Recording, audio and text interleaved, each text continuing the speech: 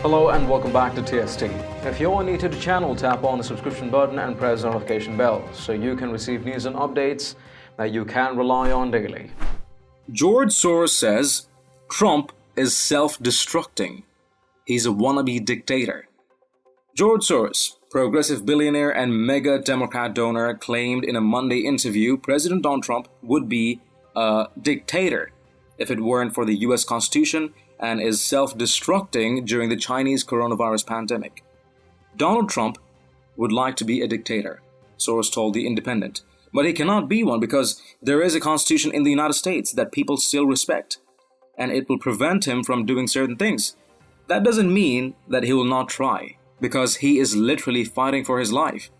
I will also say that I have put my faith in Trump to destroy himself, and he has exceeded my wildest expectations, he added. In another part of the interview, the Hungarian-born Soros warned the coronavirus pandemic, which originated in Wuhan, China, threatened humanity as a whole. "This is the crisis of my lifetime," Soros told the British newspaper. "Even before the pandemic hit, I realized that we were in a revolutionary moment, where what would be impossible or even inconceivable in normal times had become not only possible but probably absolutely necessary. And then came COVID-19.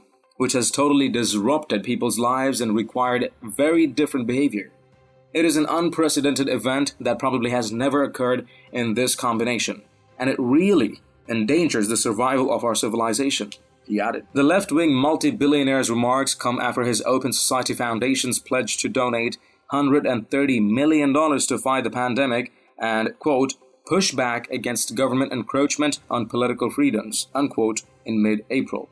Soros said the funds will be used for a wide range of causes, including support for low-income workers in the United States, countering so-called disinformation in Europe, and emergency healthcare services in parts of Africa. Earlier in April, the hedge fund manager donated $1.1 million to help Budapest prepare for the deadly outbreak. The COVID-19 pandemic knows no boundaries, not between countries, communities, religions, or people. Anyone can become infected, but some of us are more vulnerable than others, he told Forbes of the donation. "I was born in Budapest, in the middle of the Great Depression, barely a decade after the Spanish flu left thousands of dead in Budapest. I lived through World War II, the Arrow Cross Rule and the siege in the city. I remember what it is like to live in extreme circumstances."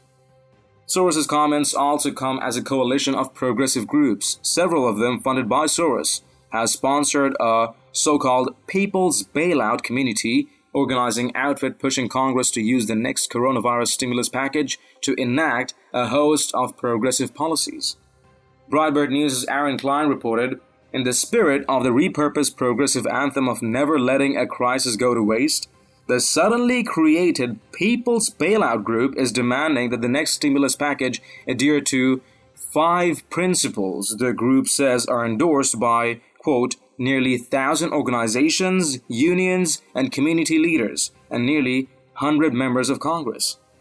Those principles encompass such far-left wish list items as government health care for illegal immigrants, required $15 per hour minimum wage, enhanced union collective bargaining, and government regulation of the board of directors of private companies to ensure, quote, worker representation. Also, within the 5 principles list are direct, sizable cash payments to every person, and the use of stimulus legislation to push what would amount to a massive Green New Deal. Soros spent $28.3 million on the 2020 presidential election in the first quarter of the race. Politico reported Soros' $10 million will go to Win Justice, which mobilizes people of color and other infrequent voters who could be disenfranchised in the coming months as states battle over whether to hold in-person voting in November, an increasingly pressing concern among Democrats. He gave the money at a moment when many in the Democratic political world have warned that PACs and campaigns may run out of money as the economy, and with it, donors' pocketbooks, seize up. Soros gave millions of dollars in January and February to the main super PACs planning to help presumptive Democratic presidential nominee Joe Biden and Democratic Senate candidates, including $5 million to pro-Biden Priorities USA and $7 million to Senate Majority PAC, which is aligned with Senate Democratic leadership. He also donated major sums to groups building political power among women, including a $1 million donation to Emily's List and $2 million to Supermajority, a PAC co-founded by former Planned Parenthood leader Cecil Richards and Black Lives Matter activist Alicia Garza. Despite doling out millions in the 2020 election, Soros has yet to publicly express support for the Democrat Party's presumptive nominee, former Vice President Joe Biden. In October, the billionaire investor praised failed White House candidate Elizabeth Warren of Massachusetts, calling her, quote, the most qualified to be president. Share your thoughts and responses in the comments down below. If you've liked this report, let us know by tapping that like button down below, share the news among friends and family, and don't forget to subscribe to our channel. Thank you for watching. Stay tuned for more news and updates on TST. I'm David Ravine, and I'll see you in the next one. Till then, stay healthy and stay safe.